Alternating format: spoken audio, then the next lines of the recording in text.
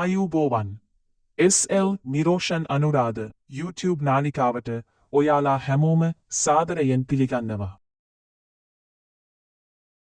කොහොම්බා කම්කාරිය හෙවත් කොහොම්බ ශාන්තිකර්මය ලාංකීය නර්තන කලාවේ සහ සංස්කෘතියේ අතිශය වැදගත් සම්දිස්ථානයකි. මේට පාදක වී ඇති ප්‍රධාන පුරාවෘත්තය විජය කුවේණී පුවත හා බැඳී පවතී.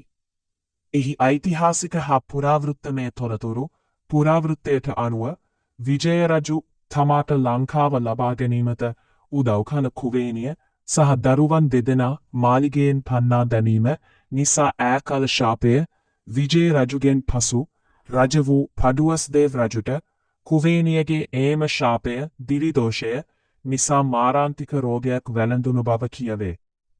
රජු හීනයෙන් දිවියකු තමා දෙසට පනිනු දැක බියවී රෝගාතුර විය. මලය රජුගේ පැමිණීම මෙයම දිවිදෝෂය සුව කිරීමට මිනිස් ලොව කිසිවෙකුට නොහැකි වූ බැවින් ශක්‍ර දේවේන්ද්‍රයාගේ උපදෙස් මත ඉන්දියාවේ මලය රජු ලංකාවට ගෙන්වා ගැනීමට තීරණය විය.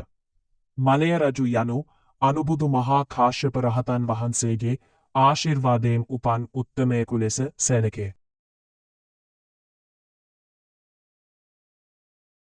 රාහු අසුරයාගේ උපාය මලය රජු ලංකාවට ගෙන්වා ගැනීම සඳහා රාහු අසුරයා ඌරෙකුගේ වෙස්ගෙන මලය රජුගේ උයන පාලු කරන්නට විය.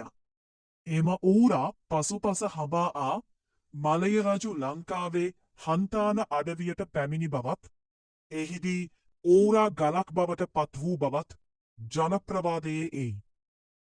ප්‍රථම තංකාරියා සහ කොහොම්බ දෙවියෝ පසුව මලය රජු විසින් අනුරාධපුරයේ මහමේවුනා උයනේදී පඩුවස්දේව රජු වෙනුවෙන් ප්‍රථම ශාන්ති කර්මය පවත්වන්නලදී.